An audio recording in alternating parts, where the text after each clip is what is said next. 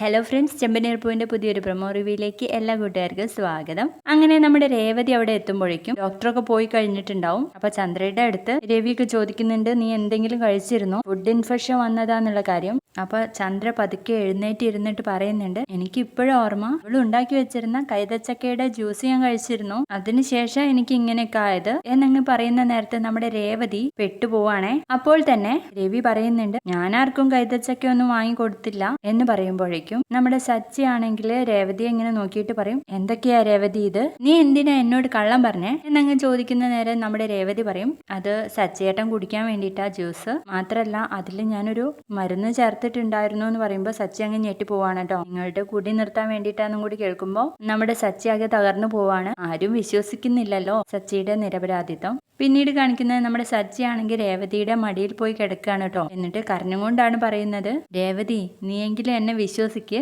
ഞാൻ കുടിച്ചിട്ടില്ല രേവതി എന്ന് പറഞ്ഞ് കരയുന്നത് കാണുമ്പോൾ നമ്മുടെ രേവതിയും കരഞ്ഞു പോവാണേ. പ്രൊമോ വീഡിയോ ഇഷ്ടപ്പെട്ടാൽ ലൈക്ക് ചെയ്ത് സപ്പോർട്ട് ചെയ്യണേ. ബൈ.